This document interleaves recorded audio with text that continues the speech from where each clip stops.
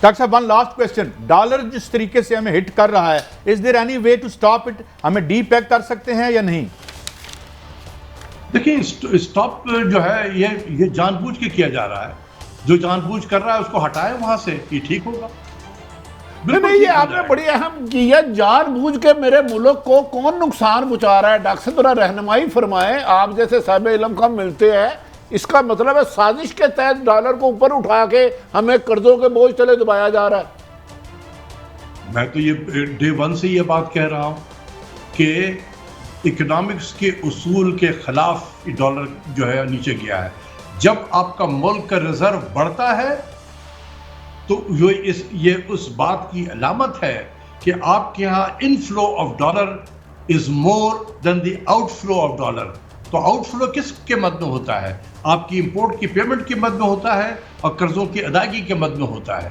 تو اس کو دینے کے باوجود اگر آپ کے پاس بچ رہا ہے اور آپ کے ریزرو میں اضافہ ہو رہا ہے تو پھر کس چیز کے لیے ایکسچینج ریٹ ڈپریشیٹ ہوگا؟